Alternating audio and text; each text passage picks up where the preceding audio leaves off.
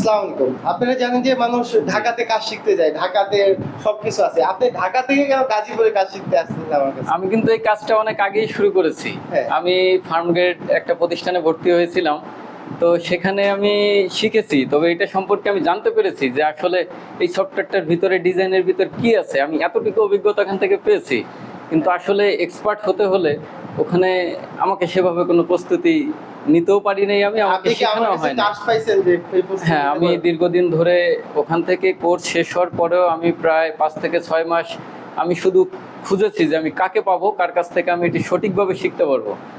তো আমি ঘুরতে ঘুরতে আপনার কাছে, সেই গাজীপুর, ঢাকা থেকে গাজীপুর এত দূর, কষ্ট হলেও আসতে হবে, যেহেতু শিখতে হবে। তো এখন কি মনে হচ্ছে যে কনফিডেন্স পাচ্ছেন? হ্যাঁ, পাবেন? কনফিডেন্স পাচ্ছি। যেমন আজকে হেলিক্যাল গিয়ার অনেক পড়ছি, দেখছি। দুই দিনে আশা করি আমি অনেক কনফিডেন্স পেয়েছি। অনেক পাইছেন। এই যে গিয়ার তৈরি করতে কতক্ষণ লাগে? অনেক কম টাইম না? 30 সেকেন্ড, 30 পারলে সেকেন্ড? 30 সেকেন্ড কিন্তু ক্যালকুলেশন জানলেই পারে। জানলেই ইজি। এই জন্য কি আসতে হবে নাকি? হ্যাঁ, এই জন্য ওকে, থ্যাংক ইউ, আপনাকে অসংখ্য ধন্যবাদ। আমার আপনাকে জন্য একটু ধন্যবাদ, ভালো review দোয়া করবেন। দিয়েছেন। Thank you, ঠিক আসসালামু আছে, ওয়ালাইকুম আসসালাম।